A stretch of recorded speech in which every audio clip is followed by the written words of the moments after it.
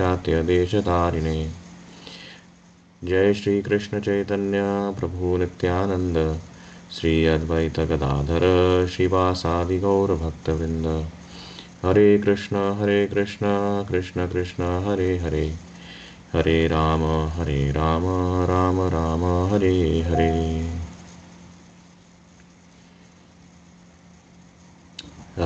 Hare Krishna everyone, welcome everyone.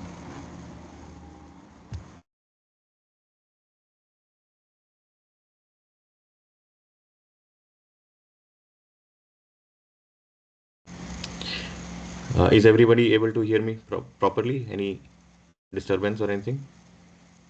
Yes, Prabhuji. Well, at least I can hear you well. Okay. Okay, Prabhuji. Uh, so let's start with some recap. Quick recap. तो last week हमने क्या discuss किया था, उससे related कोई किसी को कुछ याद है? सब भूल गए?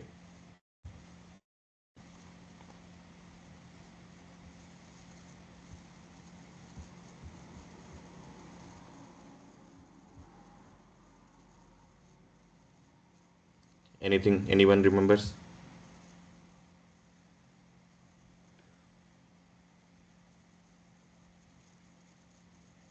Difference between Bhagwan and Devtas.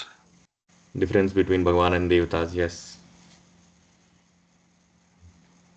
And Mahavishnu, Garbhodai Vishnu. We discussed a little bit about how जो भगवान कृष्ण है वो सभी का सोर्स कैसे है, मतलब इवन विष्णु, जितने भी हम Vishnu, and there is not not one Vishnu, there are multiple Vishnu जिनको हम पुरुष अवतारस भी बोलते हैं। तो किस तरह से भगवान के विस्तार, कृष्ण के विस्तार विष्णु हैं, और उन विष्णु से फिर आगे सब्सिक्वेंट विस्तार होते हैं और सृष्टि की रचना होती है, primary creation and secondary creation. Yes, yeah that was I think the main point last week. उसके ऊपर किसी का कुछ कोई क्वेश्चन, किसी ने मतलब पूरे वीक में कुछ सोचा हो, उसके बारे में कुछ ध्यान किया हो?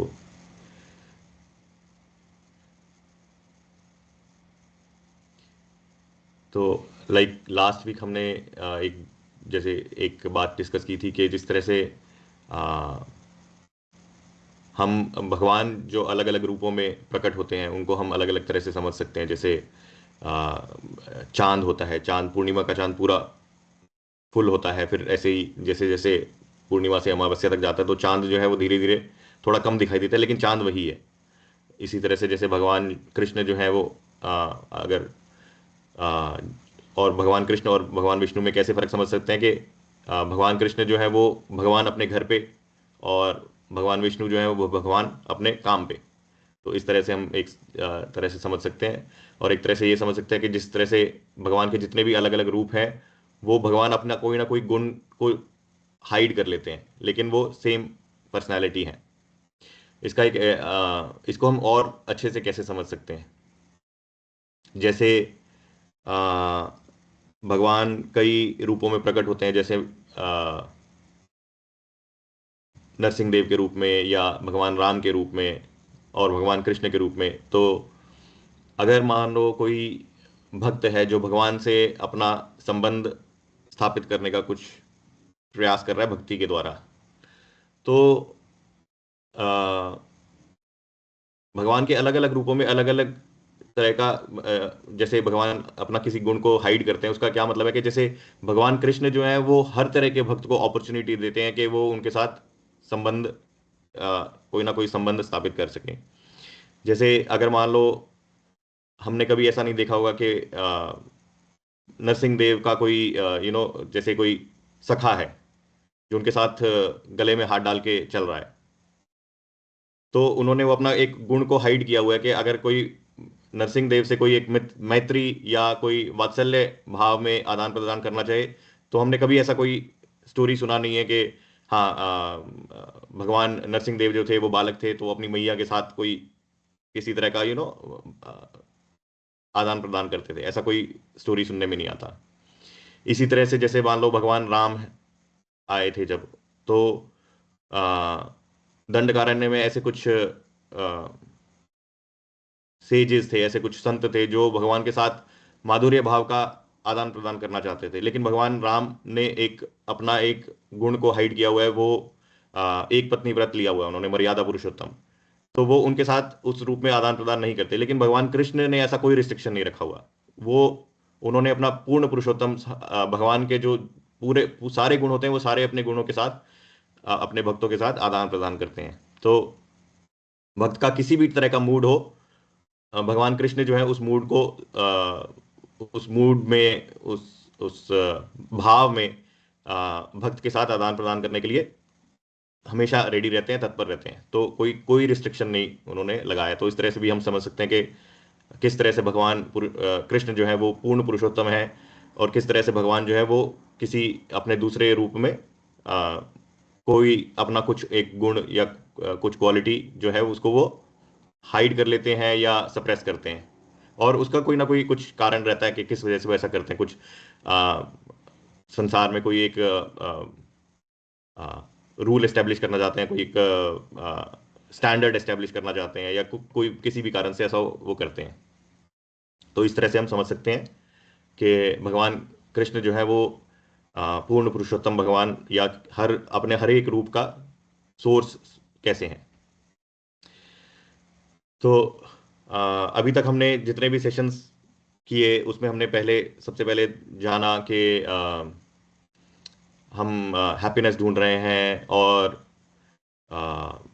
जैसे मनुष्य योनि में और पशु योनि में क्या अंतर है। फिर हमने ये जाना कि जीव में और मैटर में, स्थूल और उसमें क्या डिफरेंस है वो जाना। फिर हमने जाना कि परमात्मा और आत्मा में क्या डिफरेंस है। तो इस तरह से हम आगे आगे बढ़ते जा रहे हैं। अभी जो हमारा टॉपिक नेक्स्ट है वो है कि कर्म के सिद्धांत को हम थोड़ा सा समझने का कोशिश करेंगे। पर कर्म के सिद्धांत को समझने से पहले कुछ एक और फंडामेंटल चीजें कुछ और हम डिस्कस करेंगे। तो टॉपिक का नाम है कि why do bad things happen to good people, कि अच्छे लोगों के साथ बुरा क्यों होता है। ऐसा कभी कभी हमें ऐसा लगता है कि लोग जो है वो मनुष्य जो है वो काफी सात्विक अच्छे अच्छे लोग हैं, लेकिन फिर भी उनके साथ हम देखते हैं कि कभी कभी उनको किसी कठिनाई से गुजरना पड़ता है। तो ऐसा क्यों होता है? तो ये कर्म के सिद्धांत पे होता है, और वो किस तरह से काम करता है वो प्रभु जी, आई एम यस। सॉरी, आपको डिस्टर्ब कर रही हूँ मैं बीच में। आप रिकॉर्ड कर रहे हैं ये क्लास? हाँ, रिकॉर्ड करो। ओके।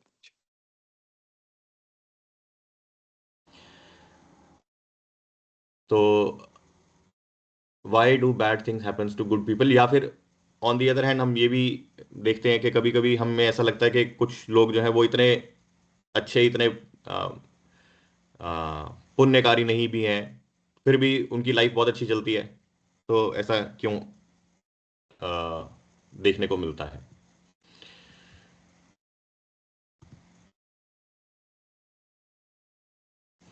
क्यों ऐसा होता है कि कोई बहुत समृद्ध है और कोई बहुत पुअर है, गरीब है, कोई बहुत स्ट्रांग है, कोई ज़्यादा फिजिकली चैलेंज है, या किसी में कोई कमी होती है, आ, जैसे अंधे लोग होते हैं, अपंग होते हैं, या कोई पूरे जीवन भर बीमार रहता है।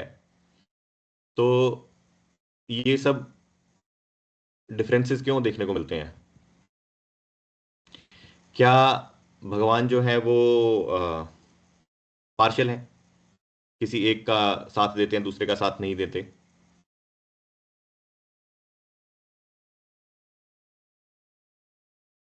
ऐसा प्रश्न उठ सकता है। इनफैक्ट ऐसा देखा जाता है कि बहुत बार क्या होता है कि लोग जब किसी परेशानी से गुजरते हैं, उन्हें लगता है कि मैंने अपने जीवन में कुछ भी ऐसा बुरा काम नहीं किया जिसकी वजह से मुझे ऐसा दुख भोगना पड़े। तो वो कभी कभी इस कंक्लूजन पे आ जाते हैं कि भगवान एग्जिस्ट नहीं करता, क्योंकि अगर भगवान एग्जिस्ट करता तो दुख क्यों होता संसार में। हरे कृष्णा प्रभु जी। यस माता जी। सॉरी आपको बीच में बोलूं। प्रभु जी, आपने जैसे अभी बताया कि भगवान पार्शल होते हैं नहीं होते हैं, तो मैं इस बात को तो मैं कहती हूँ कि भगवान पार्शल होते हैं, अच्छा। लाइक हाँ जैसे कि एक फादर होता है, एक पेरेंट्स होते हैं, जैसे कि उनके अगर 4 बच्चे हैं, तो अगर एक बच्चा जो बच्चा अपने पेरेंट्स के लिए बहुत ज्यादा मतलब आज्ञाकारी। क्या आज्ञाकारी होगा, जो मतलब उनकी हर विशेष को मतलब पूरा करेगा या उनकी बहुत केयर करेगा, तो डेफिनेटली उन 4 बच्चों में उस बच्चे को विशेष स्नेह मिलता है।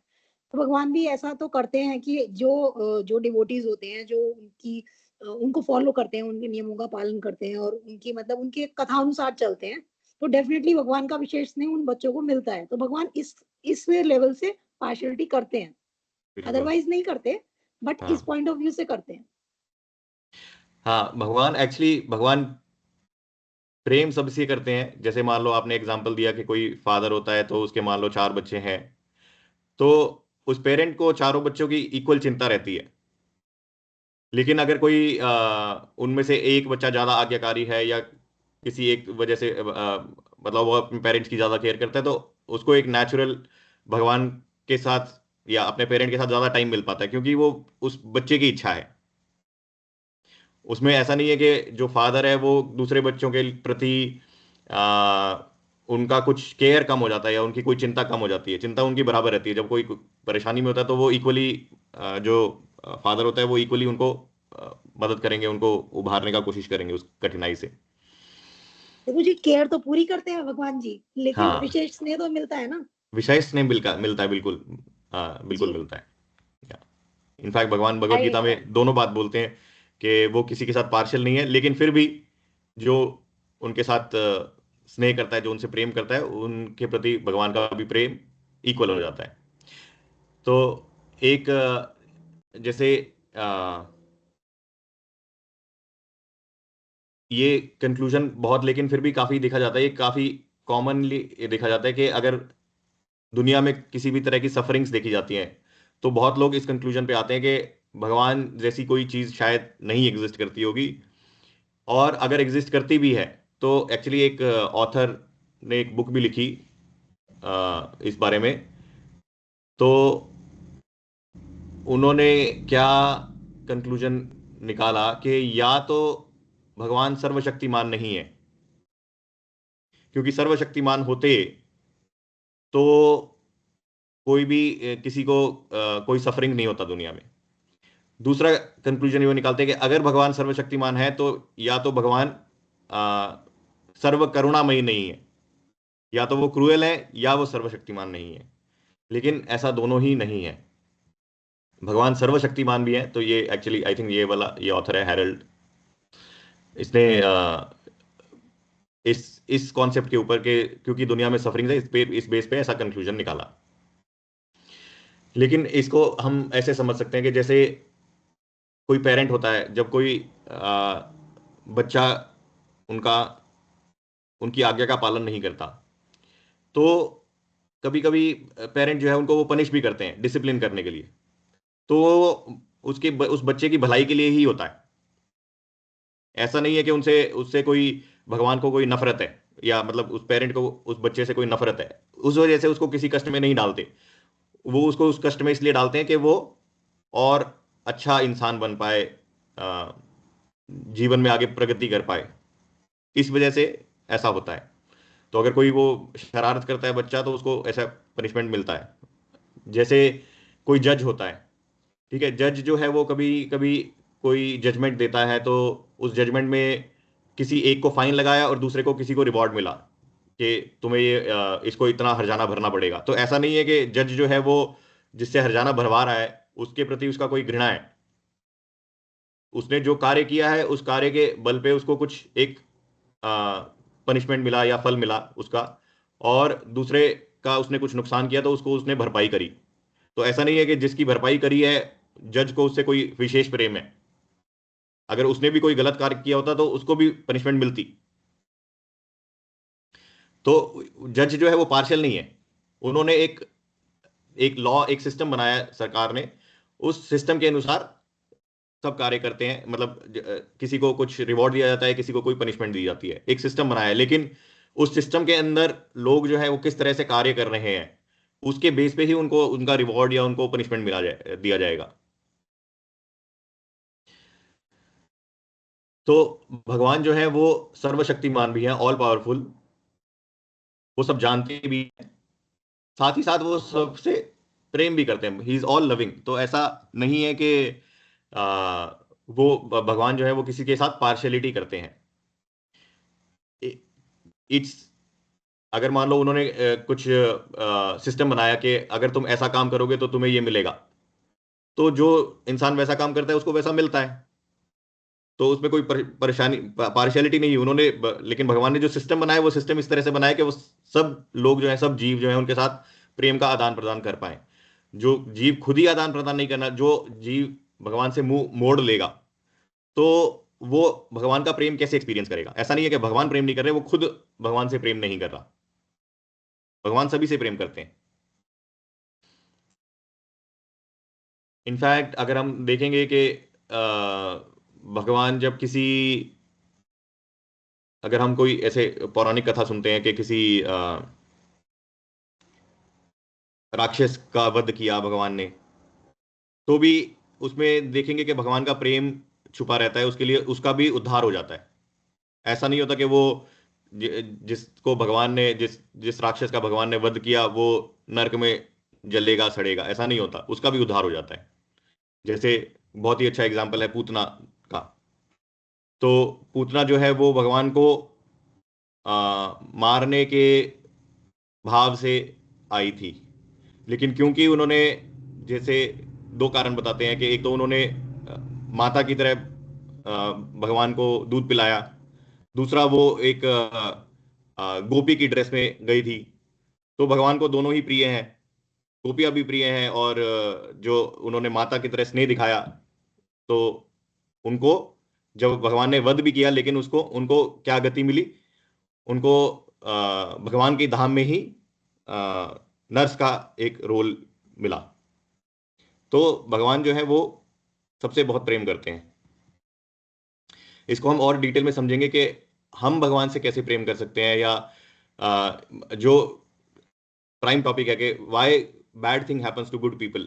तो हम, क्योंकि हम इंडियन बैकग्राउंड से, तो हमको ऐसे कर्म का थोड़ा सा कुछ आइडिया रहता है कि हाँ, पाप कर्म होते हैं, पुण्य कर्म होते हैं, तो पाप कर्म करने का कुछ कुछ ना कुछ सजा मिलती है, निचले लोकों में जाते हैं, पुण्य कर्म करते हैं तो स्वर्ग लोक की प्राप्ति होती है। इस तरह से थोड़ा आइडिया, बेसिक आइडिया रहता है, लेकिन अभी हम और इसमें और थोड़ा सा डिटेल में जाने का कोशिश करेंगे।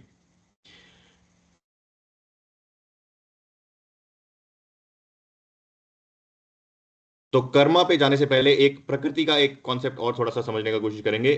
भगवत गीता में भगवान ने 5 विषयों के बारे में चर्चा करी है। पहला है ईश्वर, दूसरा है जीव, तो परमात्मा और आत्मा, इसके बारे में हम काफी डिटेल में हम डिस्कस ऑलरेडी कर चुके।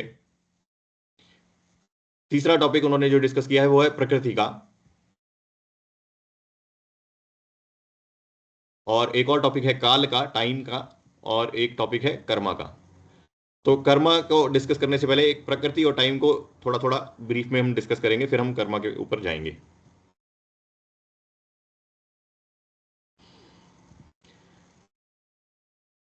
प्रकृति या मटेरियल नेचर या भौतिक जगत और आध्यात्मिक जगत में जो डिफरेंस है, ये हम थोड़ा बहुत, हम इसमें पहले भी ऑलरेडी भी डिस्कस कर चुके हैं, इसी को थोड़ा और डिस्कस करेंगे कि जो स्थूल तत्व होते हैं, मैटर जो होता है, और स्पिरिट जो होती है, आत्मा जो या ब्रह्मण तत्व जो होता है, उसमें क्या, उसके अंदर क्या डिफरेंस है, वो हमने कुछ हमने ऑलरेडी डिस्कस किए हैं कि आत्मा जो होती है वो सच्चिदानंद होती है, सत चित आनंद। सत मतलब इटर्नल, शाश्वत है, चित मतलब फुल ऑफ नॉलेज, वो ज्ञानमय है, और आनंद वो आनंदमय है। और ऑन दी अदर हैंड जो मैटर है वो असत है, टेम्परेरी है, उसकी कोई शाश्वतता नहीं है, वो नष्ट हो जाता है। अचित है वो, उसमें कोई वो ज्ञान नहीं है, वो डेड मैटर है, फुल ऑफ इग्नोरेंस, उसमें उसको कुछ पता नहीं है, कोई अवेयरनेस नहीं होता। थर्ड होता है वो निरानंद होता है, फुल ऑफ मिजरी, वो बाय डिफॉल्ट उसका नेचर, उसकी प्रकृति ऐसी होती है कि वो निरानंद है। और उसके एग्जाम्पल्स क्या है? जो हमारा ये भौतिक शरीर है वो स्थूल मैटर है, तो वो असत है, अचित है, निरानंद है। लेकिन जो हमारा आत्मा है, जो हमारा खुद सेल्फ है या परमात्मा है, वो सब सच्चिदानंद है। तो ये तो एग्जाम्पल्स हो गए आत्मा और परमात्मा का। लेकिन इसी तरह जगत का भी यही सेम एग्जाम्पल लिया जा सकता है कि जो भौतिक जगत है वो मैटर है, वो असत अचित निरानंद है। इसी तरह जो आध्यात्मिक जगत है वो सच्चिदानंद है। तो आध्यात्मिक जगत का जैसे हमने पिछली बार भी एग्जांपल देखा था कि वैकुंठ जगत होते हैं, या वैकुंठ जगत में भी सबसे ऊपर गोलोक वृंदावन है या साकेत धाम है। ये सब आध्यात्मिक जगत के पार्ट हैं।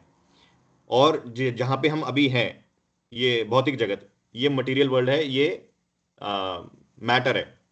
तो इसमें मैटर के गुण जो है वो देखने को मिलते हैं।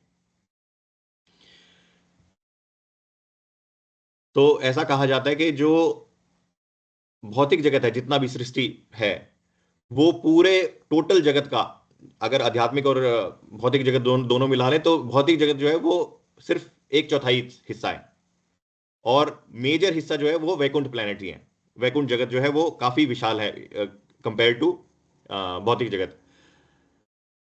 और दोनों के नाम से भी हमें पता लगेगा इसको, भौतिक जगत को का एक और नाम होता है दुख आलयम अशाश्वतम। और वैकुंठ जगत जो होते हैं वो वैकुंठ, वैकुंठ मतलब जहां पे कोई कुंठ नहीं है, कोई विकार नहीं है, जो हम त्रय ताप है वो नहीं है, या जो 4 तरह के हमने प्रॉब्लम्स देखे थे, birth, old age, disease and death, जन्म मृत्यु जरा व्याधि, वो सब आध्यात्मिक जगत में नहीं होते, वो सिर्फ सिर्फ भौतिक जगत में होते हैं। इसीलिए भौतिक जगत का नाम होता है दुखालय।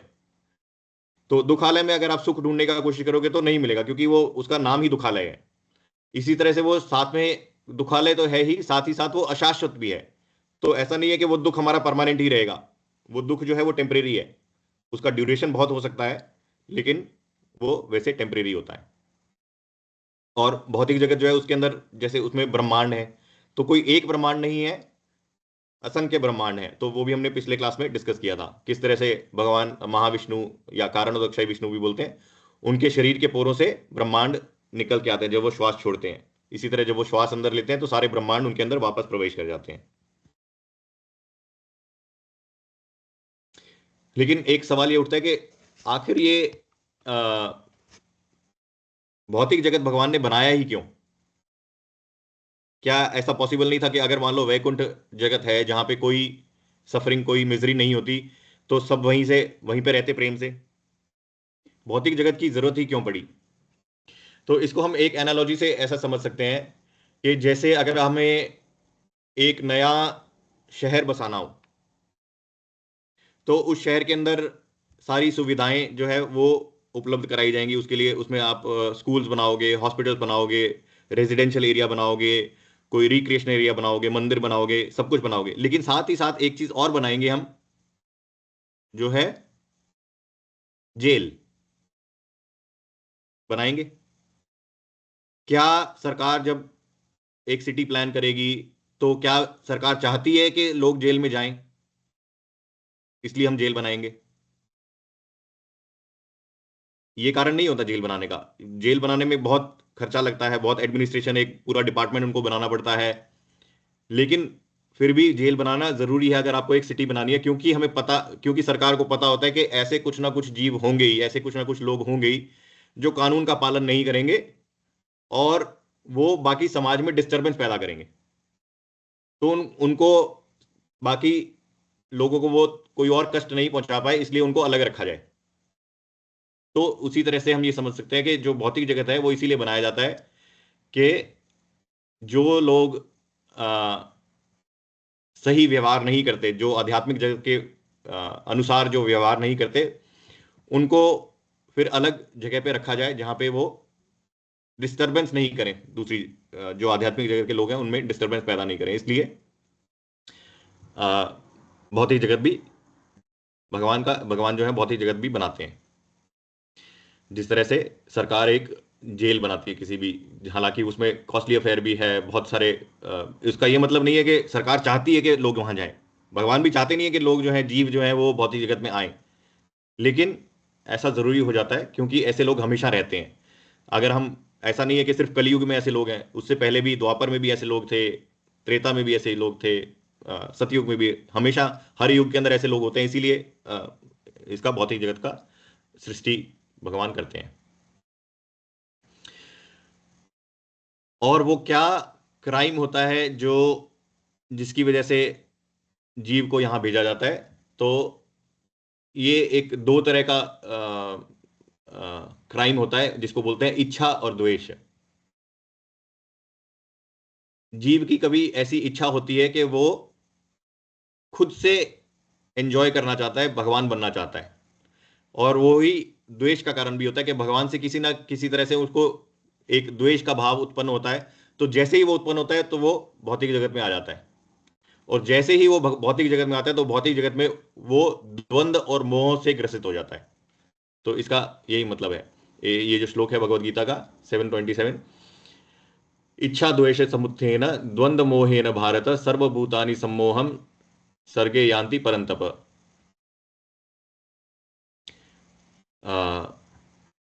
ओ साइन ऑफ भरत, ये अर्जुन को रेफर कर रहे हैं। O conqueror of the foe, all living entities are born into delusion bewildered by dualities arisen from desire and hate. तो इच्छा और द्वेष के कारण जीव जो है वो भौतिक जगत में आता है। तो why do we come here? Due to desire, इच्छा। इच्छा की किस तरह की इच्छा? भगवान बनने की इच्छा। अब ये भगवान बनने की इच्छा ऐसा नहीं, अब आप कोई जीव सोच सकता है कि मेरी तो कोई भगवान बनने की इच्छा नहीं है, मैं भगवान बनना नहीं चाहता। लेकिन भगवान बनने की इच्छा का मतलब है भगवान के, जैसे हमने एक डेफिनेशन देखी थी कि वो 4 कारणों से भगवान बोले जाते हैं, क्योंकि वो कंट्रोलर हैं, he is the supreme controller. तो हमारी इच्छा भगवान बनने का मतलब यह कि हम भी कुछ चीजें कंट्रोल करना चाहते हैं। भगवान इज द सुप्रीम एंजॉयर। हम भी अपना इन मतलब अपनी एंजॉयमेंट के बारे में जब हम सोचने लगते हैं इंस्टेड ऑफ भगवान की एंजॉयमेंट, तो वो एक भगवान बनने की इच्छा, इस तरह से हम समझ सकते हैं उसको। और द्वेष, ये इसी इच्छा के कारण ऐसा द्वेष होता है कि जो भगवान को जो फैसिलिटी मिल रही है, जो आदर मिल रहा है आध्यात्मिक जगत में, वो मुझे क्यों नहीं मिल सकता। तो वो एक तरह का द्वेष का एक रूप है वो, जिसकी वजह से भौतिक जगत में हम आते हैं। सो वी बिकम अ सोर थम इन द स्पिरिचुअल वर्ल्ड, मतलब हम वहां पे डिस्टर्बेंस बन जाते हैं, इसलिए हमें भौतिक जगत में भेजा जाता है, जहां पे भगवान खुद को हाइड रखते हैं। तो भौतिक जगत में भगवान जो है वो एकदम साक्षात रूप में नहीं है, तो वो अपने आप को छुपा के रखते हैं ताकि जो जीव है वो अपनी इच्छा की पूर्ति करने का प्रयास कर सके। वो अपनी इच्छा पूरी कर नहीं सकता, लेकिन एक प्रयास कर सकता है, उसको एक चांस दिया जाता है कि अच्छा तुम्हारी इच्छा है तो कर लो। वो भी प्रेमवश भगवान ऐसा करते हैं। जिस तरह से अगर मान लो कोई पेरेंट है, ठीक है, उसका कोई उसकी कोई एक बेटी है, और बेटी चाहती है कि वो छोटी है काफी, वो चाहती है कि वो भी अपनी माँ की तरह ही एक्ट करे, वो खाना बनाए, किचन में सबको सर्व करे, लेकिन उसका अभी एबिलिटी नहीं है। तो उसको फिर क्या करती है माँ? एक किचन सेट ला के देती है कि तुम जो खाना बनाना चाहती हो इस पे ट्राई कर लो। तो उसको बहुत अच्छा लगता है कि मेरी खुद की एक किचन है, मैं भी अब एक घर की मतलब हेड हूं। या इसी तरह से हम समझ सकते हैं कि कोई अ, पुत्र है, वो गाड़ी चलाना चाहता है छोटा, 3 साल का, 4 साल का, उसको लगता है कि मेरे पापा भी गाड़ी चलाते हैं, मैं भी चलाऊं। तो उसकी उसको गाड़ी तो दे नहीं सकते, तो उसको एक टॉय कार दे दी जाती है कि तू ये टॉय कार ले, इसके अंदर बैठ, इसको चलाता रहे। तो इसी तरह से जैसे वो मान लो छोटी बेटी है, वो एक टॉय किचन के अंदर खाना बना रही है, तो उसको बहुत अच्छा भी लगता है कुछ टाइम तक कि हाँ वो ऐसे टॉय वाला खाना बनाती है, लेकिन उस टॉय वाले खाने से अल्टीमेटली किसी का पेट नहीं भरता। या वो टॉय कार से वो खेलता है, लेकिन वो कहीं एक जगह से दूसरी जगह जा नहीं पाता उसमें कोई। तो इवेंचुअली वो अपनी इच्छा पूरी करने के लिए जब फ्रस्ट्रेट हो जाता है, तो उसे समझ आता है कि नहीं, अगर मुझे खाना खाना है तो मुझे अपनी माँ के पास जाना ही पड़ेगा, या मुझे एक जगह से दूसरी जगह जाना है, एक सोर्स डेस्टिनेशन से दूसरी डेस्टिनेशन, तो मुझे अपने पिता के साथ, माता के साथ जाना पड़ेगा। तो हम लोग भी अपने ये जब भौतिक जगत में आते हैं तो हम अपनी इच्छाएं पूरी करने का कोशिश करते हैं। हम सोचते हैं कि हमें इंडिपेंडेंटली भगवान के बिना भी हम एंजॉय कर सकते हैं, पर वो इवेंचुअली कई जन्मों के बाद धीरे धीरे हमें ये रियलाइज होता है कि ये पॉसिबल नहीं है, तो हम फिर भगवान की तरफ वापस मुख मोड़ते हैं।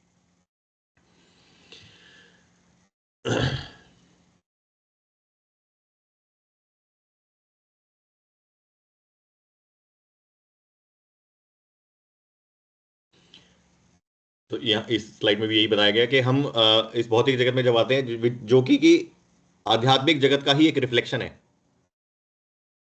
और जिस तरह की इच्छाएं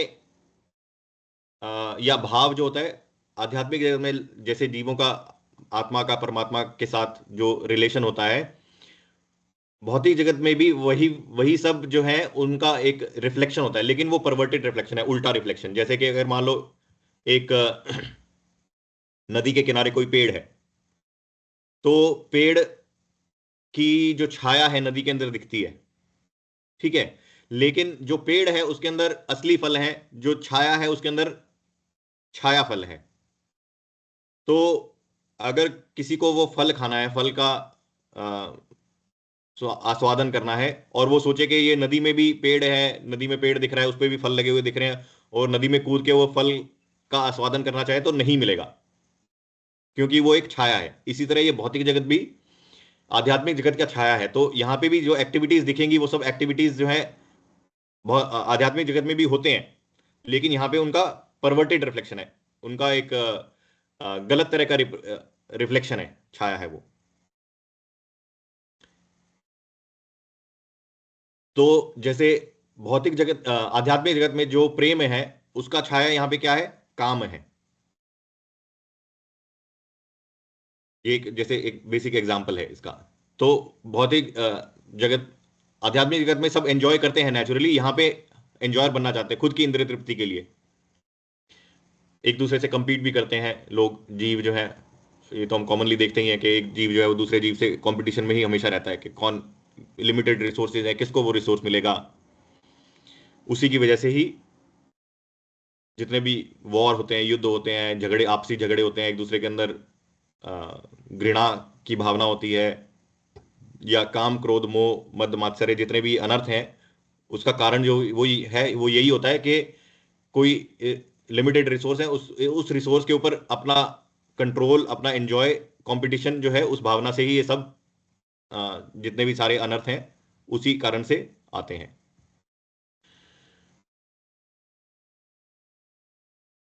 और ये जितनी भी हमें सफरिंग्स होती हैं भौतिक जगत के अंदर, ये एक तरह का रिमाइंडर है कि ये जगह जो है ये रहने लायक जगह नहीं है, लेकिन एक हमारा असली घर है, जहां पे ये सब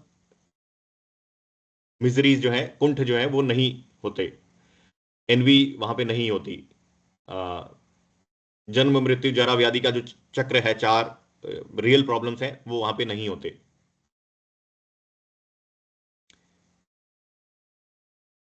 वहां पे कोई कंपटीशन नहीं होता किसी रिसोर्स का कि ये रिसोर्स मुझे चाहिए, क्योंकि लोग अपनी एंजॉयमेंट के लिए काम नहीं करते, वहां पे सिर्फ एक ही कार्य होता है लोगों का, भगवान से प्रेम करना और उनकी प्रेममयी सेवा करना। अगर उस कारण के अलावा कोई और कारण नहीं होता वहां पे, और लोग जो है वहां पे, वो जीव जो है वहां पे वो उसमें खुशी से रहते हैं।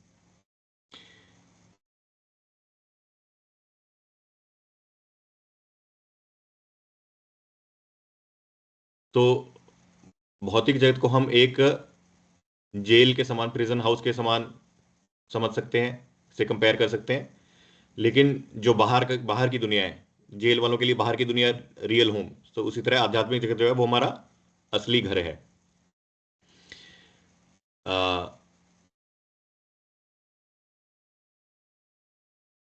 एक चीज ये समझने की है कि जैसे अब भौतिक जगत में जो हम प्रगति करते हैं, मटेरियल वर्ल्ड में अपने हम चाहते हैं कि हम प्रगति करें, बहुत संपत्ति, धन संपत्ति, समृद्धि हो, टेक्नोलॉजिकल एडवांसमेंट होता है, वो उसको हम ऐसा समझ सकते हैं कि किसी को अगर जेल में भेज दिया जाए और वो इसी कंपटीशन में लगा रहे कि मुझे एक अच्छा सेल मिले, मुझे जो रूम मिला हुआ है कारागार वो थोड़ा गंदा है, किसी दूसरे कैदी को अच्छी फैसिलिटी मिली हुई है, तो मेरे को वो अच्छी फैसिलिटी मिलनी चाहिए, तो मैं ऐसा कार्य करूं उस जेल के अंदर कि मुझे वो अच्छी फैसिलिटी। पर क्या वो सही गोल है? कोई अगर जेल में गया है तो उसका गोल क्या होना चाहिए कि वो किस तरह से जेल से बाहर निकले, ना कि ये कि वो उसी जेल के अंदर अपनी और फैसिलिटी कैसे अच्छी बनाए, उसको वहां परपेचुअली नहीं रहना। लेकिन यहाँ पे जो हम देखते हैं जीवात्माएं, जो लोग हैं इन जनरल, वो इस जेल में अपना स्टे जो है वो अच्छे करने में ही लगे रहते हैं कि हम अपना स्टे इस जेल के अंदर कैसे अच्छा बनाएं। जेल में अगर आपका स्टे अच्छा नहीं भी हुआ, लेकिन अगर आप रूल्स एंड रेगुलेशन फॉलो करते हो उससे जेल से बाहर निकलने का, that is more important than staying in the jail with good better facility. ये बात क्लियर है, समझ आ रही है?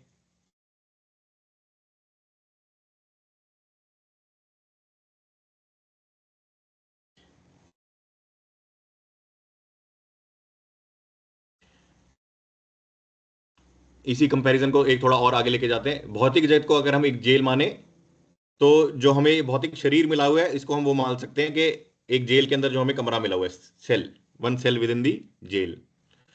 और वो सेल कई प्रकार के होते हैं, 84 लाख तरह के वो सेल हैं, 84 लाख तरह के रूम्स हैं अलग अलग, जिसमें जीवात्माओं को भेजा जाता है। उसका एक ब्रेक डाउन भी दिया हुआ है भागवतम में, कितने जलचर हैं, कितने स्थावर हैं, कितने पेड़ पौधे हैं। तो 84 लाख में से 9 लाख जो है वो जलचर हैं,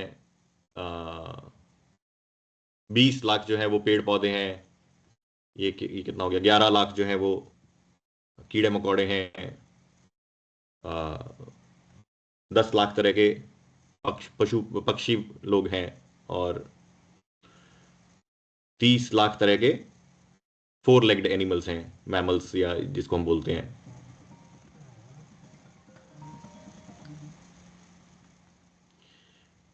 और इसी तरह से इवन जो ह्यूमन फॉर्म्स हैं, जो मानव जाति है, उसके भी 4 लाख डिफरेंट डिफरेंट तरह के प्रकार हैं। एक ही प्रकार नहीं है उसका भी, 4 लाख तरह के प्रकार है, तो टोटल हो जाते हैं 84 लाख। अब ये जितने भी अलग अलग तरह के जो सेल्स हैं जेल में, इसको हम ए क्लास, बी क्लास, सी क्लास सेल समझ सकते हैं कि जैसे अलग अलग इवन जेल में भी ना जो कैदी जाते हैं, डिपेंडिंग और उनका क्राइम या उनकी बैकग्राउंड, उनको अलग अलग तरह के सेल दिए जाते हैं। किसी को सेल में काफी फैसिलिटी दी जाती है। तो जैसे जो देवता हैं, देवतागण, उनका देवतागणों का लाइफ टाइम जो होता है वो ऐसे thousand and thousands of years, हजारों हजारों साल, लाखों साल का उनका जीवन काल होता है। और वो स्वर्ग लोक में रहते हैं। तो स्वर्ग लोक भी जो है वो एक तरह का जेल ही है, लेकिन उसके अंदर अच्छी फैसिलिटी, मोर मोर फैसिलिटी, वो तो उसको हम समझ सकते हैं कि वो एक क्लास सेल है। जैसे मान लो कोई पॉलिटिशियन वगैरह कभी जेल में जाते हैं, कोई हाई क्लास कोई सेलिब्रिटी जेल में जाता है, तो उनको सेम बाकी कैदियों के साथ नॉर्मली नहीं रखा जाता, उनको एक अलग स्पेशल सेल दिया जाता है। तो उस तरह से हम देवताओं को समझ सकते हैं। इसी तरह से जो ह्यूमन बीइंग्स हैं, जो मनुष्य हैं, उनकी आयु जो है वो लगभग 100 साल के करीब मानी जाती है। तो और उनका जो फैसिलिटी है और जो एंजॉयमेंट लेवल है, उनको जिस सेल में दिया जाएगा वो एक बी क्लास सेल की तरह है। भूलोक में रहते हैं वो, अर्थली प्लैनेट्स में। इसी तरह जो पशु हैं, उनका जीवन काल छोटा बड़ा कुछ भी हो सकता है, लेकिन वो लोअर प्लैनेटरी सिस्टम है, उनकी फैसिलिटी और कम होती है, उनका लाइफ जो है वो ज्यादा मिजरेबल होता है। तो ये सारे जो है ये सब सेल के अंदर है, और भगवान जो है वो सेल से बाहर है, या जो जीवात्माएं हमेशा, जो जिसको हम बोलते हैं नित्य मुक्त है, वो भगवान के धाम में रहते हैं। तो वो इस सेल में, इस जेल में नहीं आते।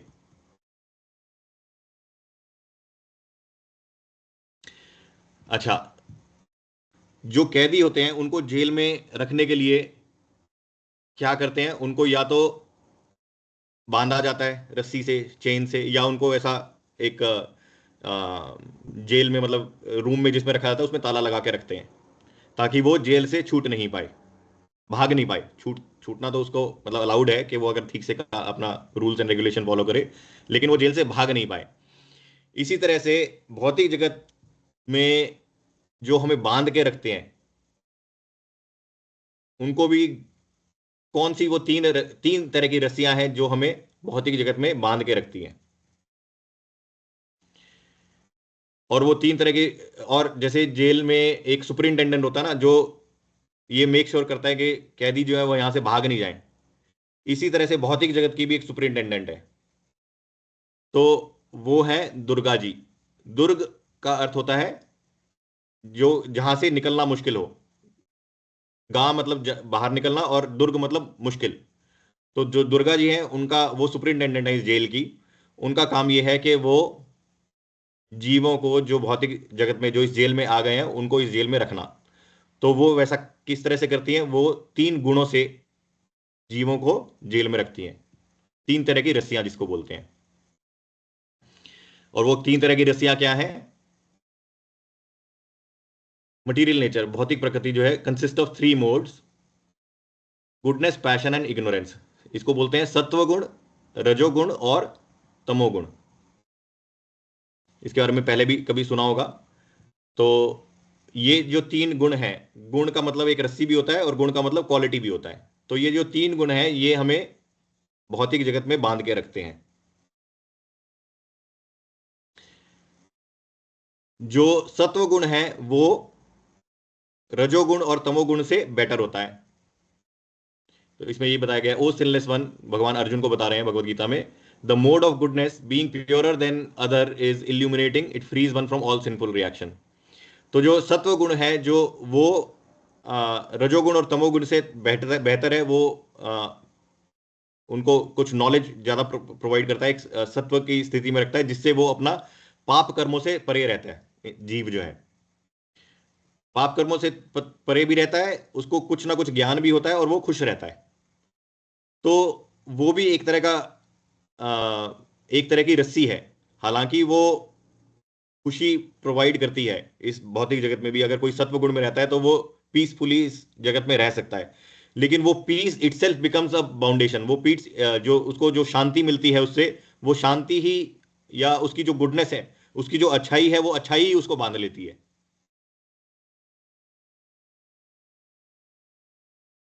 तो सत्वगुण के कुछ कैरेक्टरिस्टिक्स हैं कि सत्वगुणी व्यक्ति जो है वो ज्ञान की खोज में भी रहता है, पाप कर्मों से फ्री रहता है, फ्री फ्रॉम सिंस, दूर रहता है, और हमेशा सुख की ओर बढ़ता रहता है वो। फिर दूसरा है रजोगुण। रजोगुण में का क्या कैरेक्टरिस्टिक है कि वो उसको इंग्लिश में भी बोलते हैं पैशन। तो रजोगुणी व्यक्ति वो होता है जिसके जो बहुत क्या बोलते हैं उसको, उसकी बहुत सारी इच्छाएं होती है, वो जो पूरी करना चाहता है, बहुत अच्छा है। पैशनेट होता है। क्या वर्ड होता है प्रभु? इच्छाएं। इच्छाएं होती है सही वो, बोल रहे हाँ। हो। एक वर्ड मेरे मुझे मतलब मेरे दिमाग में क्लिक नहीं हो रहा, बट महत्वाकांक्षी जिसको बोलते हैं, महत्वाकांक्षी, बहुत सारी आकांक्षाएं उसकी होती है जिसको वो पूरा करना चाहता है।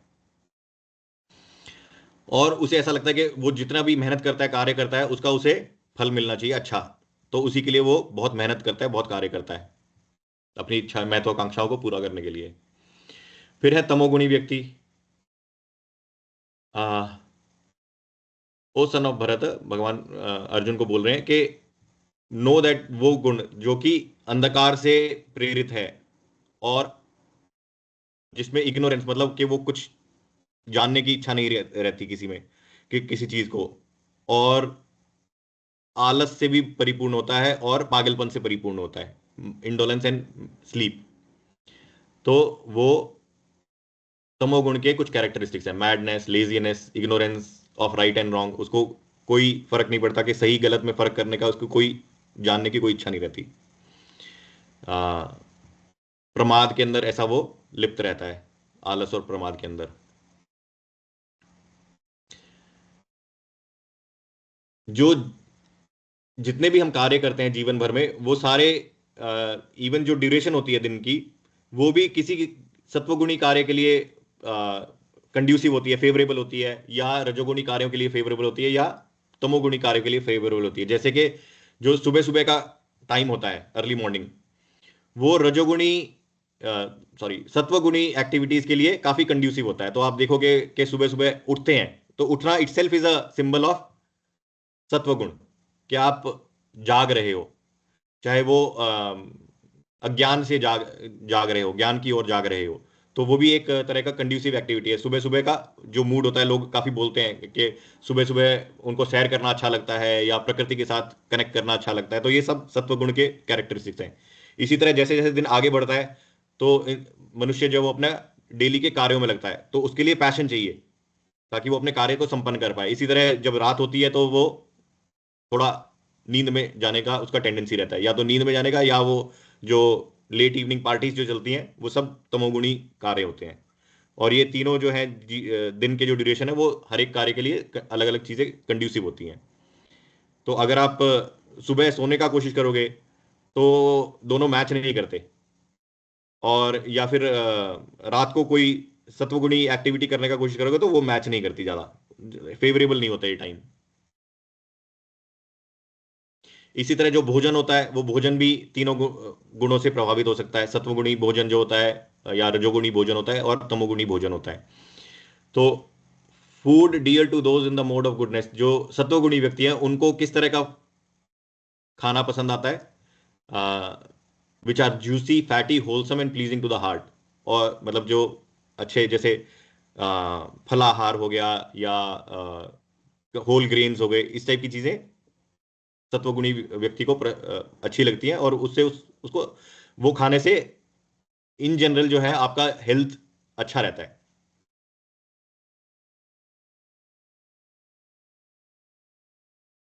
इसी तरह जो रजोगुणी खाना होता है वो थोड़ा ऐसा ज्यादा जिसको बोलते हैं ना मसालेदार, या तो बहुत खट्टा होगा या बहुत मसालेदार होगा, या इवन कड़वा भी होता है कभी कभी, वो भी पसंद आता है। तो वो खाना जो होता है वो खाना रजोगुण के अंदर होता है। और ऐसा खाना खाने से होता क्या है कि आपका डिस्ट्रेस बढ़ता है या एजिटेशन दिमाग के अंदर ज्यादा बढ़ती है। अल्टीमेटली बीमारियां भी ऐसे खाने से लगती हैं। इसी तरह तमोगुणी खाना जो होता है, तमोगुण का क्या है, वो जैसे सड़ा हुआ खाना, बासी खाना, और वो ऐसे इस तरह का खाना क्या करता है, अज्ञान की तरफ आपको लेके जाता है। जैसे इनफैक्ट ये तो अपने पुराने लोग भी जो है वो बोलते ही है कि ये तमोगुनी खाना है, जो माइंड को बहुत ज्यादा एजिटेट करता है। जैसे एकदम सड़ा हुआ खाना हो गया, या आ, क्या बोलते हैं, जैसे मांसाहार वगैरह, ये सब जो है ये तमोगुनी खाना है। लेकिन ये तीनों जो है गुण, ये तीनों तीन तरह की रस्सियों के समान है। जो तमोगुण है वो आयरन चेन के समान है, लोहे की रस्सी। इसी तरह जो रजोगुण है, रजत भी बोलते हैं ना, सिल्वर को रजत भी बोलते हैं, चांदी को, तो सिल्वर चेन के समान है। इसी तरह जो सत्वगुण है वो भी एक चेन के समान है, वो भी बांधता है।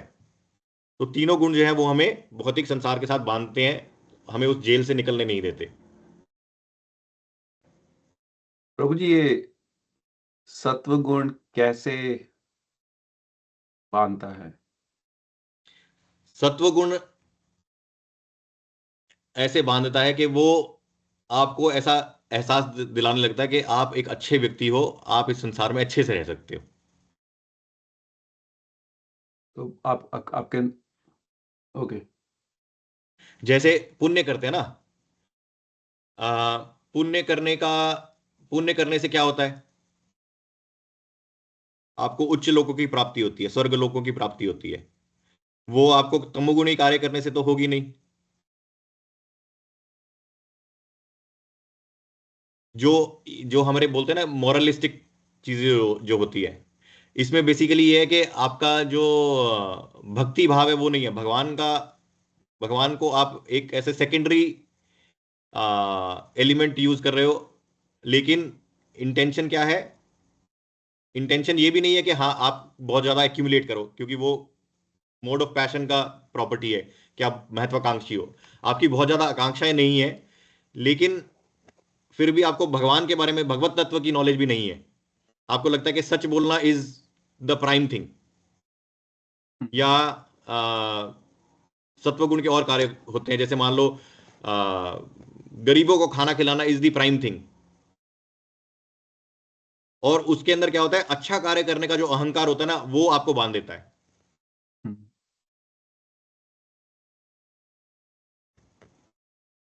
जी। तो मतलब हमें ऐसे कार्य नहीं करने चाहिए? नहीं, ऐसा भी नहीं है। हमें तीनों गुणों से ऊपर उठना है, शुद्ध सत्व में जाना है। तो शुद्ध सत्व में जाने के लिए सत्व गुण जो है वो एक प्लेटफॉर्म की तरह है।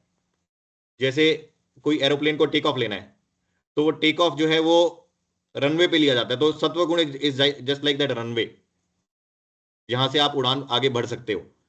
और जो बाकी जो है वो एक सड़क या गली की तरह है जिससे आप उड़ान भर ही नहीं सकते। तो सत्व गुण जो है, क्योंकि उसका एक प्रॉपर्टी ये भी होता है कि वो आपको ज्ञान की तरफ प्रेरित करता है, तो लेकिन हमें वहीं पे रुकना नहीं होता, वहां से हमें आगे बढ़ना होता है। वो हम आगे पढ़ेंगे कि कैसे आगे जानेंगे कि कैसे हाँ हाँ, मतलब कैसे हम वहीं पे नहीं रुक जाएं, कैसे वहीं वहीं पे नहीं अटक जाएं। That is not the goal, that is a facilitator I think actually. if I हाँ understand, we all have some particles, or we are made of, we are bound by these three different kinds of chains. और तो I'm assuming कि आप ये कहना चाह रहे हैं कि हमें सत्व गुण की तरफ करना चाहिए, पर हाँ, कि हमें सत्व गुण वहां बस कल्टीवेट करना है। कि रुकना नहीं है वहां पे। हाँ, पर वहां पे there is रुकना नहीं something है, else that we should be doing beyond that, beyond because that. Correct okay, thank you. तो करेक्ट। एक और हरे बात है कृष्ण प्रभु प्रभु जी। यस। हाँ, आप प्रभु बात जी, कर लीजिए। आपने प्रीवियस क्लासेस में बताया भी था कि जो हम पुण्य कर्म करते हैं उनको मतलब भोगने के लिए हमें दोबारा जन्म लेना पड़ता है। तो यस। हम अगर निर्गुण भाव से रहेंगे तो मतलब अपने कर्मों को अगर हम भगवान को समर्पित कर देते हैं, हाँ अगर हम जो भी कर्म करते हैं वो हम भगवान को मतलब भगवान की तरफ करते हैं कि हमारे सारे कर्म हम भगवान के लिए कर रहे हैं, तो फिर हमें करेक्ट ये शरीर दोबारा नहीं लेना पड़ता। Correct I correct. थिंक आपका यही मतलब है। Yes yes. एक प्रभु जी ये इसका मतलब जैसे ये जो तीनों चेन्स है, मतलब हम एक आदमी तीनों चेन से बंधा होता है, एक चेन से नहीं बंधा होता। हाँ, और ऐसा नहीं है कि इनका कोई फंक्शन नहीं है। एक जीव जो है वो, ये तीनों चीजें इंपॉर्टेंट होती है। इवन तमोगुण में, तमोगुण इज इंपॉर्टेंट फॉर एवरीबडी। हम जो रात को जब हम सोते हैं तो हम भूल जाते हैं कि हम कौन हैं, लेकिन रेस्ट के लिए वो जरूरी है। लेकिन जितना जरूरी है उतना ही तमोगुण में होना चाहिए, कि आपको सिर्फ रेस्ट लेने के लिए एक तमोगुण में एंटर करना पड़ता है ताकि आप रात को सो सको। लेकिन ऐसा नहीं है कि वो तुम 10 घंटे सो रहे हो तो मतलब तुम एकदम ही तमोगुण के अंदर लीन ही हो गए। इसी तरह से जो हम आ, अपना जीवन यापन करते हैं, पैसा कमाते हैं, उसके लिए थोड़ा रजोगुण चाहिए। बिना रजोगुण के वो पॉसिबल नहीं है इतना। लेकिन वो कार्य आप ऑनेस्टी से करो, मेहनत से करो, ऐसा नहीं कि चीटिंग करके करो। इसीलिए सत्वगुण भी जरूरी है, ताकि आप पाप कर्मों से नहीं बंधो ऐसा कार्य करते करते। लेकिन हमें पुण्य कार्य से भी नहीं बंधना, तो हमें करना क्या है वो हम आगे डिस्कस करेंगे। किस तरह से हमें गोल्डन चेन से भी बंधना नहीं है। वो हमारा गोल, प्राइमरी गोल नहीं हो जाना चाहिए कि हमें ऑनेस्टली काम करना है, ये हमारा प्राइमरी गोल है। ऐसा नहीं होना चाहिए। बस प्राइमरी गोल है कि हमें जेल से बाहर निकलना है, और जेल से बाहर निकलने के लिए रूल्स एंड रेगुलेशन फॉलो करना इज लाइक गोल्डन चेन, कि एक बार आप गोल्डन चेन से बंधे रहो। लेकिन अल्टीमेट आपका विजन जो है वो ये है कि इससे बाहर निकलना है जेल से। जेल को ही अपना फैसिलिटी नहीं बना लेना हमेशा के लिए।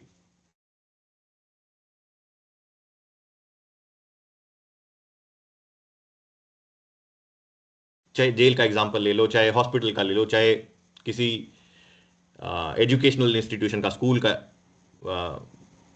एग्जांपल ले लो। बट द पॉइंट इज कि अगर आप हॉस्पिटल जाते हो तो आपका एम ये नहीं होता कि आप हॉस्पिटल में ही रहो, कि मुझे ये वाला बेड पसंद नहीं है, दूसरे बेड पे जाना है क्योंकि दूसरे बेड पे ज़्यादा अच्छा गद्दा है, दूसरे बेड पे अच्छी फैसिलिटी है, उसमें खाना अच्छा मिलता है। That is not the aim. Aim is के बीमारी से बाहर निकलना है, ठीक होके हॉस्पिटल से बाहर निकलना है। इसी तरह जेल से बाहर निकलने का उद्देश्य होना चाहिए। जेल के अंदर ही एक सेल से दूसरे सेल में जाने का उद्देश्य नहीं होना चाहिए। या अगर मान लो आप किसी हॉस्टल में, किसी स्कूल में हम किसी बच्चे को भेजते हैं, तो उसका ये मतलब नहीं होता कि तुम 10th क्लास में मतलब इतने वो हो जाओ, लेकिन एग्जाम मत दो, बाहर निकलो ही मत, बस उसमें पड़े रहो। The aim is to get out.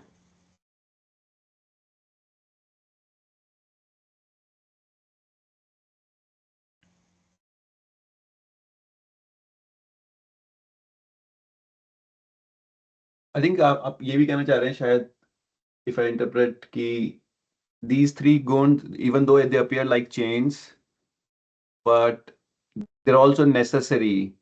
They are also necessary. They're also necessary Yeah. because they do serve a certain purpose.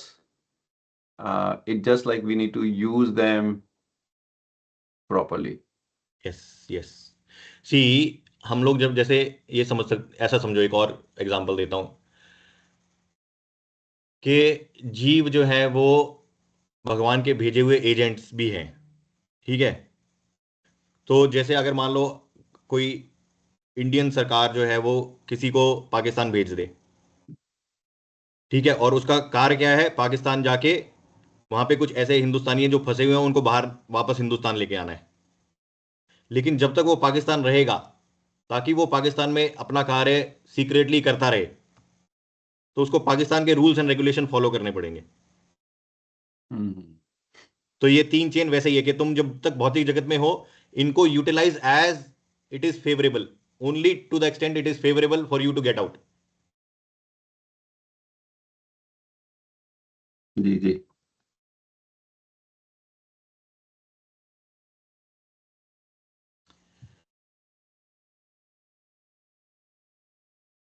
अच्छा, अब जैसे आ, हम लोग भगवान की पूजा पाठ करते हैं, राइट।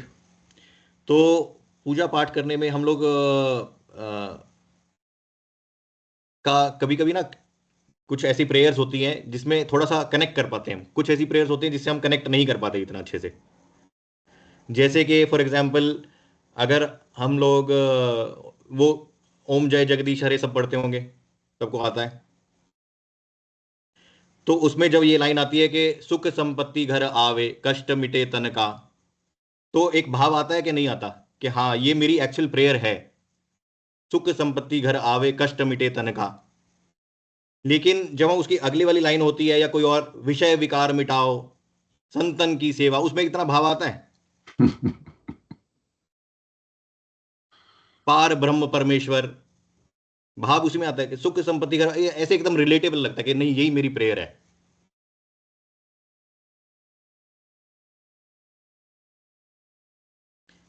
तो एसेंस ये है कि इस भौतिक जगत में हम रहने के लिए बहुत मेहनत करते हैं, अपना मोड ऑफ पैशन को हम यहीं पे ही फैसिलिटी अच्छा करने के लिए यूज करते हैं, टू दी एक्सटेंट कि हम अच्छे भी बनना चाहते हैं ना, कि हम एक अच्छा इंसान हैं, सब कुछ हम पुण्य कार्य करते हैं, अच्छे कार्य करते हैं।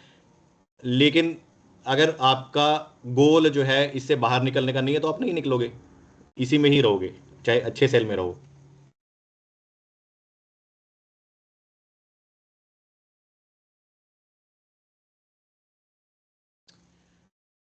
तो भौतिक जगत जो है वो एक रिस्ट्रिक्टेड प्लेस है। आपको जैसे कुछ आज़ादी दी हुई है, लेकिन आप रस्सी से बंधे हो, तो एक रस्सी जैसे बंधी होती है, अगर मान लो आपको एक 100 मीटर की रस्सी से बांध दिया जाए, तो आपकी एक लिमिटेशन है, आप उस 100 मीटर की रस्सी के अंदर अंदर आप घूम सकते हो, उससे बाहर नहीं जा सकते, तो वो एक लिमिटेशन है। वैसे ही समझ लो ये कि ये एक लिमिटेड एंजॉयमेंट के लिए आपको कुछ फैसिलिटी दिया हुआ था, लेकिन उस लिमिटेशन के अंदर आपको करना क्या है, आपको रेक्टिफाई करना है खुद के। The goal is not to, मतलब हमारा जो उद्देश्य है, पर्पस है लाइफ का, वो ये नहीं है कि हम धन दौलत कमाएं और रिश्तेदारी के अंदर सच बोलें, और ये वो सब फैसिलिटेटर है। अल्टीमेटली करना क्या है, अल्टीमेटली हमको अपने अनर्थों को जो है उसके ऊपर काम करना है, काम क्रोध मोह मद मत्सर, वो सब जो है वो डाउन होने चाहिए, तब ताकि आप एलिजिबल हो पाओ बाहर निकलने की। तो प्रभु जी एलिजिबिलिटी क्राइटेरिया जो है वो कल्टीवेट करना है। प्रभु जी एक क्वेश्चन है, जिसके जीवन में बहुत सुख है, खूब धन है, हम्म शांति है, तो वो इस चीज से कैसे निकलेगा? उसके दिमाग में ये ख्याल कैसे आएगा कि यहाँ से निकलना है? मुश्किल होता ना उसके लिए। तो यही यही चीज है कि जैसे ना हम लोग को अगर मान लो कोई मटेरियल ऑपुलेंस या समृद्धि मिलती है, भौतिक समृद्धि मिलती है अगर, तो हमें लगता है कि भगवान की कृपा हुई। तो ये समझना जरूरी है कि वो कृपा है, या वो एक और शब्द यूज होता है कपट कृपा, कि आप छले जा रहे हो। अगर आप उस कोई भी आपके जीवन में कुछ भी होता है, चाहे अच्छा या बुरा, अगर वो आपको भगवान से प्रेम करने के लिए प्रेरित करता है या उस पाथ पे लेके जाता है, तो वो कृपा है। उसके अलावा अगर मान लो आपके जीवन में कोई कठिनाई आई या कोई सीमिंगली अच्छी चीज हुई कि आपकी लॉटरी लग गई, आपका कोई अमेजिंग जॉब लग गया, आपने कोई ऐसी इन्वेंशन कर दी जिससे आपका नाम हो गया, सेलिब्रिटी बन गए, जो कि जिसको कि ऐसा लगता है, हमें तीसरे बंदे को देखने से लगता है वो कितना सक्सेसफुल है, जिसको हम बोलते हैं, तो भगवान की उसके ऊपर कृपा हुई है या कोई तरह की कपट कृपा या कोई माया हुई है, तो वो इससे आइडेंटिफाई होगा कि वो उसका करता क्या है। अगर वो सफलता उसको आगे भगवान की ओर ले जाने में हेल्प करती है तो वो कृपा है, नहीं तो वो कपट कृपा है।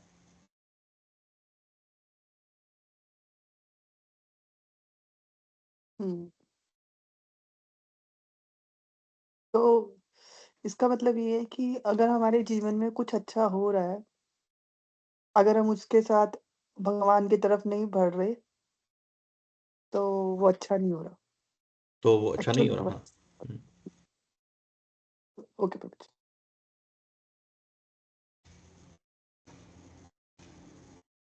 इनफैक्ट मैंने ऐसे मतलब एग्जाम्पल पहले भी ऐसे देखे हैं, कभी कभी ना क्या होता है कि एक बार जब मैं पुणे में था, तो 2003-4 के आसपास थोड़ा रिसेशन टाइप का टाइम था 2003 में। तो एक और मतलब मेरे जैसे ही एक और लड़का जो है, हम लोग मंदिर जाते थे, तो उसको जॉब नहीं मिल रही थी। वो कॉलेज से जस्ट इंजीनियरिंग करके पास आउट हुआ था, काफ़ी टाइम से स्ट्रगल कर रहा था, साल भर हो गया था उसको। फिर उसको एक कॉल सेंटर से ऑफर आया जॉब का। तो he was in a dire need, तो उसको लगा कि ये कॉल सेंटर की जॉब जो है वो ज्वाइन कर लेनी चाहिए, क्योंकि अभी और कुछ तो है नहीं। लेकिन उसने फिर भी जो हम जिन ब्रह्मचारियों के पास जाते थे उनसे कंसल्ट किया कि ऐसी जॉब मुझे मिल रही है तो क्या मैं ले लूँ। तो उन्होंने अपफ्रंट बना नहीं किया, वो बोले कि अच्छा इस जॉब में क्या रूटीन है, उससे क्या होगा, उससे तुम अपनी साधना में तुम्हारे कोई जो अभी तुम कर रहे हो वो कंटिन्यू कर पाओगे कि नहीं कर पाओगे। तो ऐसा वो ऐसा डिस्कस करने लगा, नहीं ऐसा रिक्वायरमेंट है वहाँ पे, ऐसा रिक्वायरमेंट है। तो वो कह रहे कि आप तुम्हारी साधना के अंदर इसमें दिक्कत होगी, तो this is not good for you, don't take it. हालांकि मटेरियल दृष्टि से वो एक अपॉर्चुनिटी थी, लेकिन उन्होंने उसकी बात मानी, क्योंकि वो हो सकता है कि अगर मान लो किसी को जॉब ऑफर आ जाए ऐसे में, तो उसको लगेगा वाओ भगवान की कृपा होगी। लेकिन क्योंकि अल्टीमेटली उसने जब एनालाइज किया उनके साथ बैठ के, तो उनको लगा कि नहीं, इससे तो तुम्हारी साधना में बल्कि कोई ना कोई बाधा बनेगी, तो रहने दो। एंड उसने वो ऑफर नहीं लिया, लेकिन with in 10-15 days he got a nice job, जिसमें कि वो अपनी साधना भी कंटिन्यू कर पाए, and he got a materially fulfilling job also.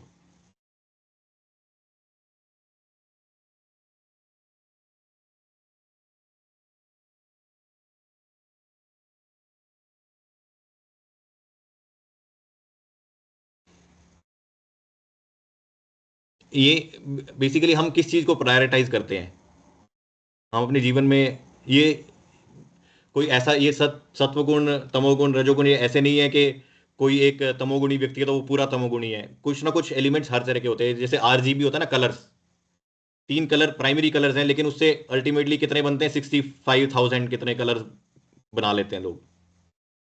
तो अल्टीमेटली कलर्स वो 3 ही फंडामेंटल कलर्स हैं।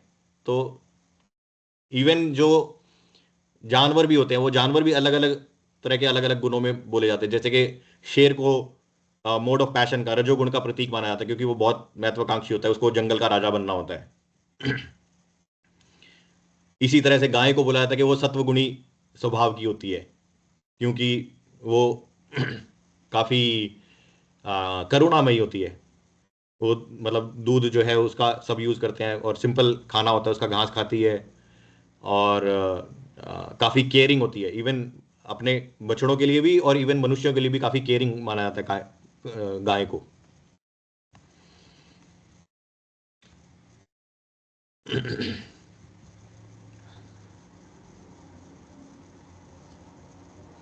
तो इस एनालॉजी से हम ये समझ सकते हैं कि भौतिक जगत जो है वो एक जेल की तरह है, और जो हमारा शरीर है वो एक मटेरियल बॉडी जो है वो सेल की तरह है। और इस जेल में हमको बांध के रखने के लिए 3 तरह की रस्सियां या चेन्स हैं। लेकिन चाहे वो सत्व गुण भी हो, वो भी एक तरह का चेन ही है, चाहे वो गोल्डन चेन हो। तो सत्वगुण के लेवल पे हमें आना है, सो दैट हमें एक ऐसा पुश मिल पाए, जंपिंग, वो एक जिम्नास्टिक होता है ना, जंपिंग जैक, वो एक स्प्रिंग बोर्ड, तो एक स्प्रिंग बोर्ड की तरह है, उसको यूज करना है, ना कि ये कि उसके ऊपर तुम रेगुलर चले गए बस।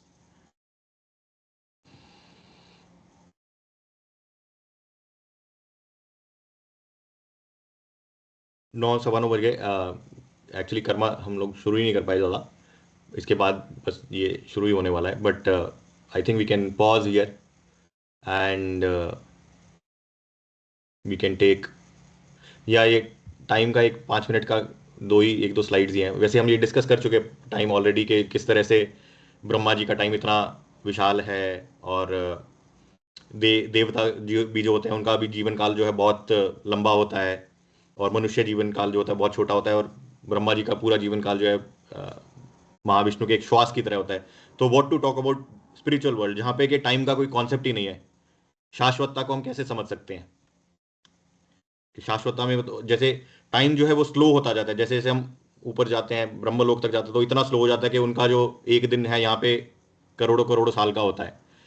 तो आध्यात्मिक जगत जो है वो ब्रह्मलोक से भी ऊपर है, तो वहां पे इतना स्लो हो जाता है कि टाइम का कॉन्सेप्ट ही नहीं रहता।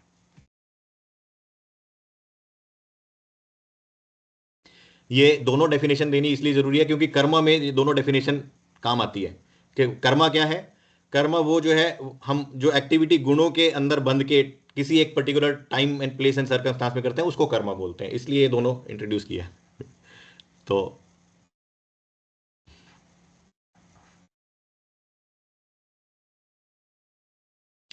इस पे कोई किसी का कोई प्रश्न, I think we can take a roll call के, क्या कोई टेक अवे है क्या?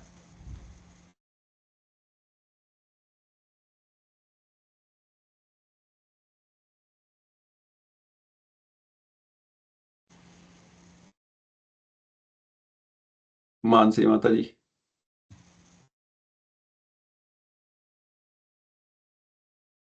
हरे कृष्ण प्रभु जी। हाँ जी प्रभु जी, आज बहुत अच्छे से समझ में आ गया सब चीजें। क्या समझ आया? कुछ ऐसा कुछ नया समझ आया? कुछ ऐसा समझ आया जो पहले नहीं पता था? नहीं प्रभु जी, ये सब मैंने एक्चुअली पढ़ चुकी हूँ तो आज बहुत अच्छे से समझ में आ गया। वो साइंस ही नहीं समझ में आती बस मुझे, बाकी तो सब बहुत अच्छे से समझ में आता है। यही है कि मेन तो बस जो हमारी 3 सतोगुण, रजोगुण और तमोगुण है, मतलब ये आपने बहुत अच्छे एग्जांपल्स बहुत अच्छे से समझाए, जैसे कि टेक ऑफ करके, जैसे वो चीज बहुत मुझे बहुत अच्छी लगी। और मतलब ना कि मतलब हमें यहाँ पे मतलब वापस अपने घर वापस जाना है। मेन तो टारगेट तो हमारा यही होना चाहिए कि हमें मतलब ये तीनों गुणों में बंधना नहीं है, हमें वापस अपने घर वापस जाना है। हाँ, हमें जेल में नहीं रहना, जेल में इस जेल में रहना नहीं है, रहना नहीं है। हाँ, बंधना नहीं है। इनफैक्ट अगर मान लो जैसे जीवन में कोई कठिनाई आती है ना, तो पहली बात यही समझ आनी चाहिए, ओहो निकलना है बस यहाँ से, तो it's not a place to be. जैसे मछली जो होती है उसको तुम जल से बाहर निकाल के कुछ भी फैसिलिटी दे दो, उसका जो ओरिजिनल होम है वो पानी में है, वैसे उसी तरह आत्मा का जो घर है वो भगवान का धाम ही है। तो भगवान के धाम में ही उसको असली सुख शांति प्राप्त होती है।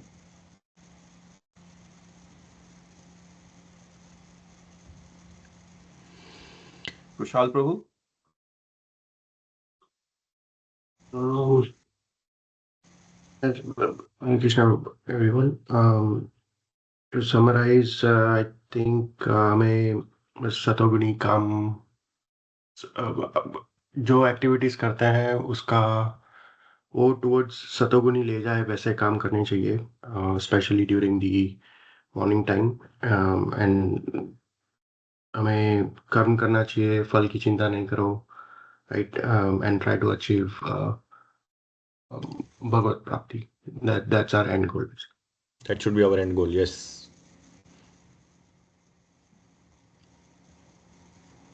साई जी।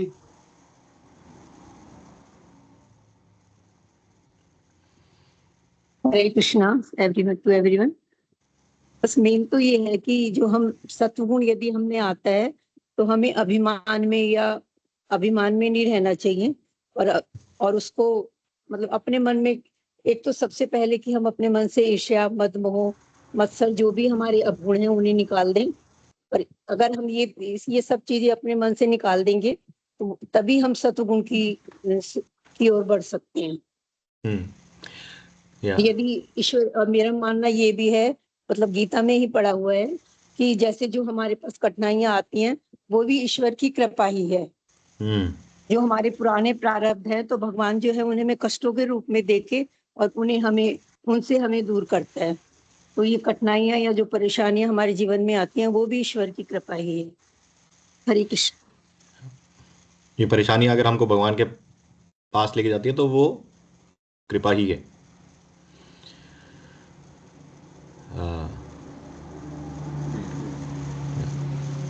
तो जैसे ये 3 गुण होते हैं, तमोगुण, रजोगुण, सतोगुण, तो हमें इन तीनों गुणों से बाहर निकल के फिर हमें कहाँ पे जाना है, उसको बोलते हैं शुद्ध सत्व।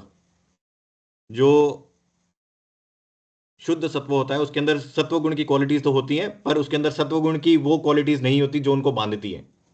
तो उसको शुद्ध सत्व बोलते हैं कि आपका जितने भी कार्य करते हो वो सात्विक तो है ही, सात्विक होने के साथ साथ वो भगवान के टुवर्ड समर्पित भी हैं।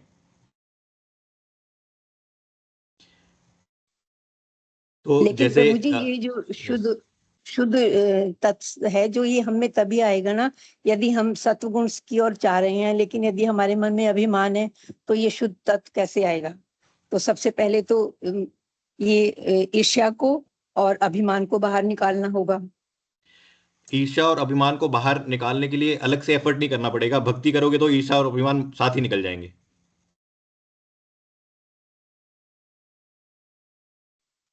प्रभु जी आपसे एक बात और कहनी थी जी। किसी भी 1-2 क्लास आगे में या जब भी ये क्लास चले तो एक हमें इस पे शिक्षा दीजिए कि हम अब इस उम्र में आ गए तो हम अपनी भक्ति को कैसे बढ़ाएं। मेन तो ये है ना कि अब हमें अपनी भक्ति की जो मार्ग है उसको और बढ़ाना चाहिए, तो उसकी ओर हम कैसे बढ़े?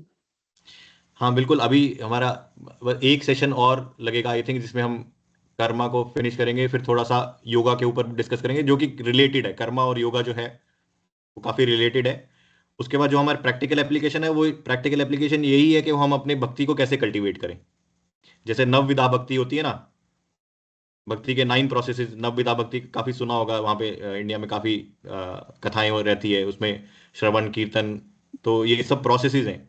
इन सभी प्रोसेस को अपनी डे टू डे एक्टिविटीज़ में हम कैसे मतलब कौन से, पहले तो ये प्रोसेसेस पता होंगे तो भी हम उनको अपने जीवन में उतारेंगे। तो वो प्रोसेसेस को जैसे जैसे उतारेंगे तो धीरे धीरे, ऐसा नहीं है कि भक्ति जो है वो हमें एक दिन में मिल जाएगी या एक हफ्ते में मिल जाएगी। तो ये प्रोसेसेस हम धीरे धीरे जैसे जैसे अपनाएंगे वैसे वैसे हम धीरे धीरे ग्रो करेंगे, वैसे वैसे हमें उस भाव को कल्टीवेट कर पाएंगे धीरे धीरे। जी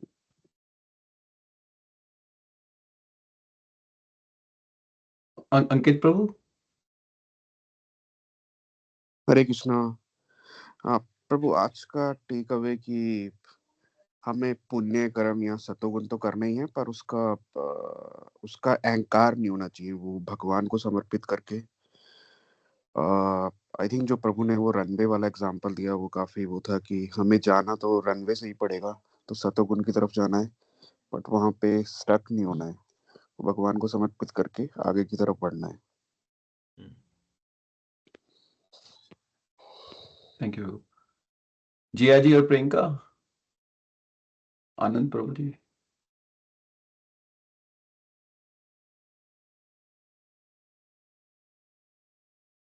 I'll follow up with them. Yeah, sure. Mummy.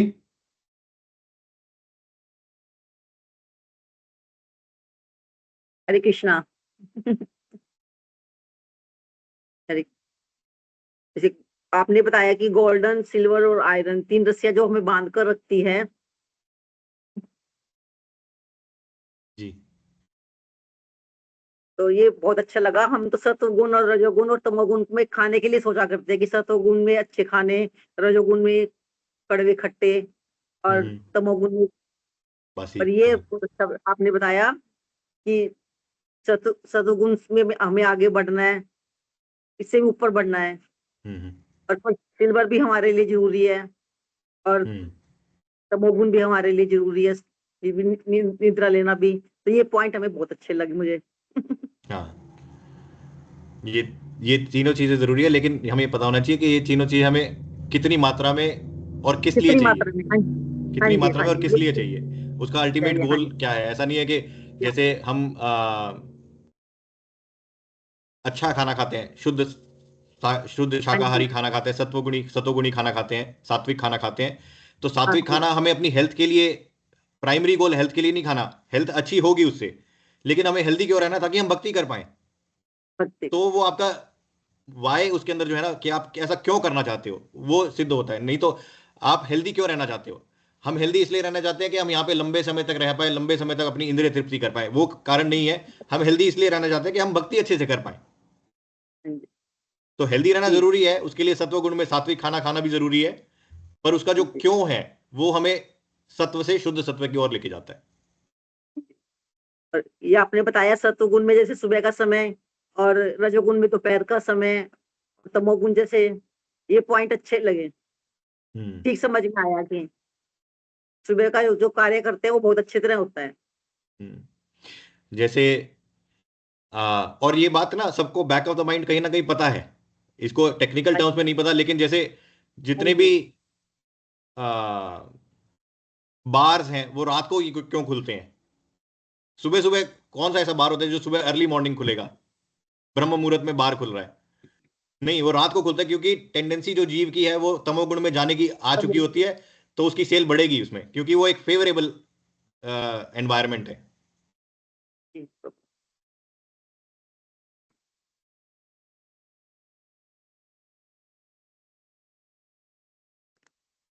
तो ये आपने आई थिंक काफी लोगों ने ऑलरेडी अपने टेक अवे शेयर किए जो अच्छे, जो I think they were very good.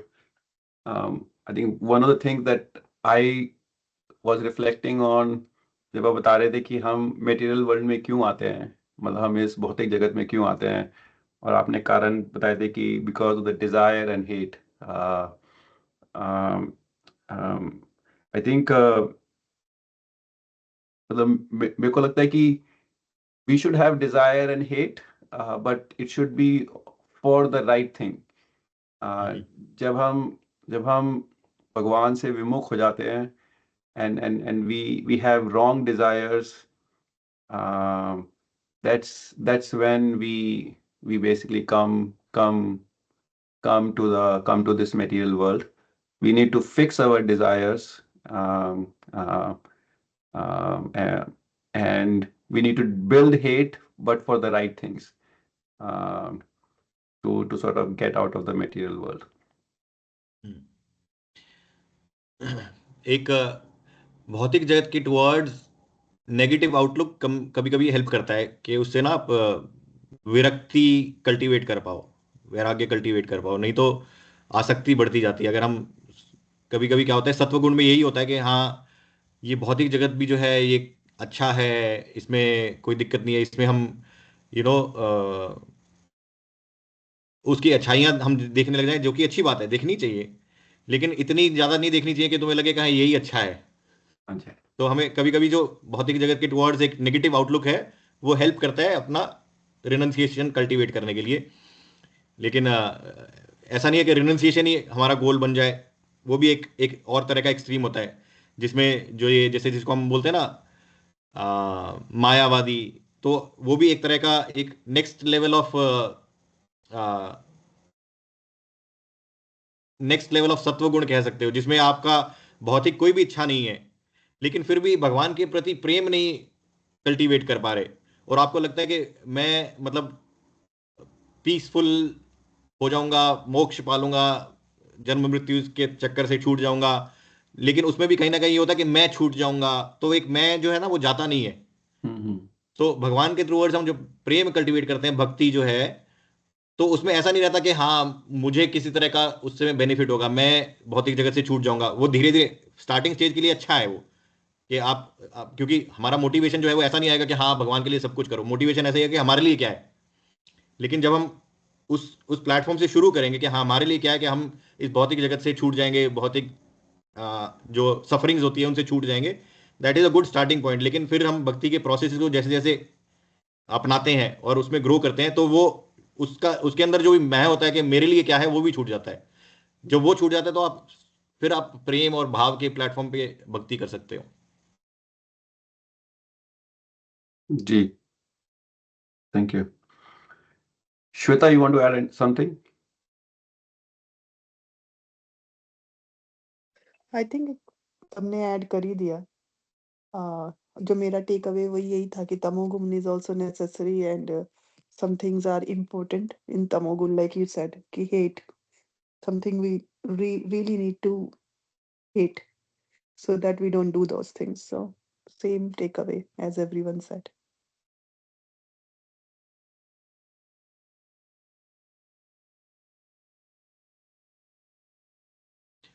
चलो हम नेक्स्ट वीक हम कर्मा पे और डिस्कस करेंगे। और कर्मा में हम बेसिकली कुछ कर्मा से रिलेटेड ना मिसकंसेप्शंस होते हैं लोगों के, वो हम देखेंगे किस क्या क्या मिसकंसेप्शंस होते हैं जो कि नहीं है, और हाउ कर्मा वर्क्स, कि कर्मा क्या है और क्या नहीं है, किसके ऊपर अप्लाई होता है किसके ऊपर नहीं होता।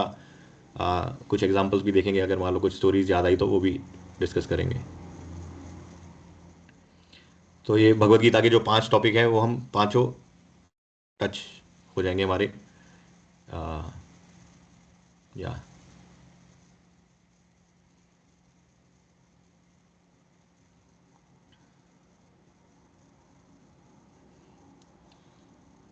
ठीक है। ठीक है, हरे कृष्ण प्रभु जी। हरे कृष्ण। हरे कृष्ण। Hare Krishna Prabhu. हरे कृष्ण प्रभु जी। हरे कृष्ण। हरे कृष्ण। हरे कृष्ण।